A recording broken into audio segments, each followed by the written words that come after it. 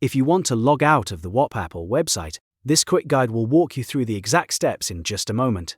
Whether you're switching accounts, using a shared device, or just want to end your session for security, signing out is easy once you know where to look.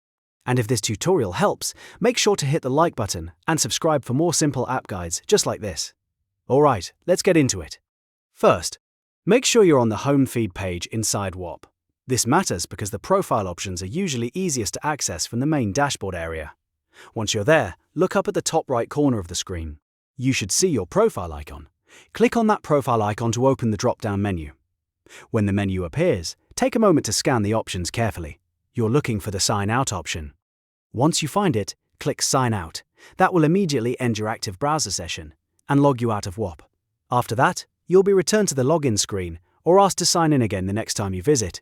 If you were on a public or shared computer, this is a great way to protect your account and keep your information secure. And that's it. You've successfully logged out of the Whop app or website. If this video helped you out, please give it a like, subscribe for more step-by-step tutorials, and I'll see you in the next one.